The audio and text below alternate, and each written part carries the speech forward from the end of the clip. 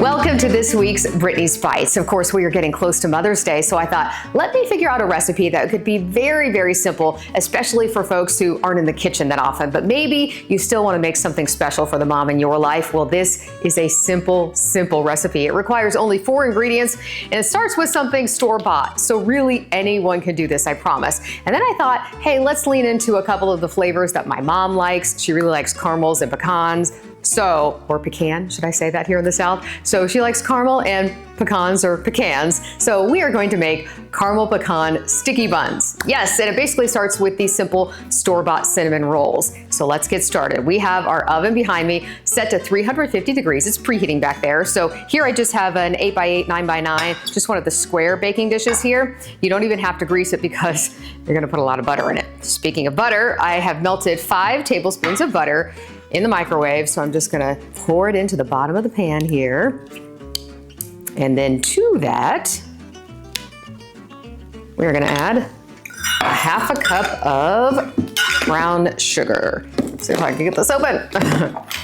All right, and we want it to be packed brown sugar. I'll get my little tamper so I can tamp it down and measure it. Get my 1/2 cup here. There we go. It doesn't want to come out. All right, there we go. That's pretty good. So what I'm gonna do before I put in the last ingredient, yes, that's how easy this is. It's basically stirring things together. So I'm gonna combine the butter and powdered sugar, get it all nice and ooey gooey. This sort of makes our caramel, right? And then we're gonna sprinkle on those pecans. Now, you know, if someone has a nut allergy or you don't wanna use pecans, you can still just start with this. This jazzes it up enough. It adds that sort of caramel layer on top when you're baking it. And this is sort of like an upside down thing, because after you get it out of the oven, that's gonna be the real test. We're gonna flip it upside down and all of the gooey stuff is gonna end up on top. Okay, so I want all of my chunks out of here, mostly. And then I wanna make sure that the entire bottom is covered. So I'm gonna smooth it out before we sprinkle on those pecans, because I don't want any spot to go uncovered. I want it to be all ooey gooey. All right, that's pretty good. Mostly got it in the corners there. All right, next step, the pecans. So I just bought one of those little bags of chopped pecans. I'm gonna open it here. And I think about a 1/3 cup, 1/2 cup. You can kind of just eyeball it. I'll pour some in here. And then we want to sprinkle it evenly across.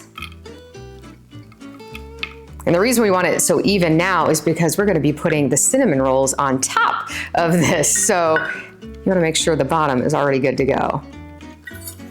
Oh, yes, I like a lot of pecans. This is great. Okay, that looks pretty great. Couple more, my little empty spots there. Great, all right, now I'm gonna open one of these on camera, the worst thing ever. Hopefully it will pop for me. Oh, okay, good. Wasn't too terrible. And by the way, we're gonna save the icing that comes in it. I love the cream cheese icing that comes with it. You could use just the regular kind as well, whatever you'd like. That will be drizzled on top later. So I'm just gonna grab a couple of these and then carefully place them. If I can separate them, we're pulling all apart. Okay, gonna do one in each corner and then one in the middle.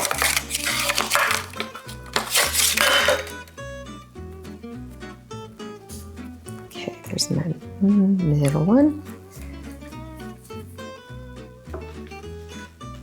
Great. See, how easy was that so far? We just put some stuff in a pan, we put the cinnamon rolls on top, and now we're ready to pop it in the oven. So again, I had that preheated to 350 degrees. We're gonna put it in the oven for 20 to 25 minutes until the tops of these get golden brown, and then we'll bring it out and do the big flip test. And hopefully it all comes together and all of the goodness comes oozing out on top. So we'll be back after we bake these. Our cinnamon rolls are out of the oven. They were in there for about 22, 23 minutes or so, and boy, do they smell fantastic. And all of the ooey gooey goodness that we put at the bottom is still at the bottom, and we kind of need it to be on top. So here we're gonna do a little flipperoo, and hopefully it goes well because the pan is still warm. So we'll see. I'm gonna be very careful, kind of place this on top. I don't know if this is the exact perfect type of dish to use, but I'm gonna carefully flip. Whoop. Get this. There we go. Okay, I can definitely see that it all is coming out. So what we want to do is leave that there for just a minute or so that all of the stuff can kind of drip down, but not out too much, which is what it's doing. And in the meantime, I am going to pop this in the microwave. This is that icing that comes with it. I'm just gonna pop it in the microwave for about 30 seconds or so that it gets drizzly, or I guess it gets melted enough that we can drizzle it. And then we'll come back and lift this off and see how it all looks. So stick around just a few more minutes. It is time now for the big reveal. The pan is still a little bit hot, I think, so I'm gonna try to carefully pick this up very quickly. Yes! And they all stayed together. You know what I don't wanna do though, is waste any of all of the stuff that's on the bottom here. So I'm gonna kind of scoop this out and put it on top before we do our last step. But how lovely did they turn out? They look quite professional, right? And all you did was use some store-bought rolls and then put it in a pan and pop it in the oven. That's how quickly it all came together. All right, looks great. So this actually isn't so hot anymore. Put this over here. Then I have this icing that came with it that I went ahead and melted in the microwave. I did it a little too long at first, so let it set for a minute as well.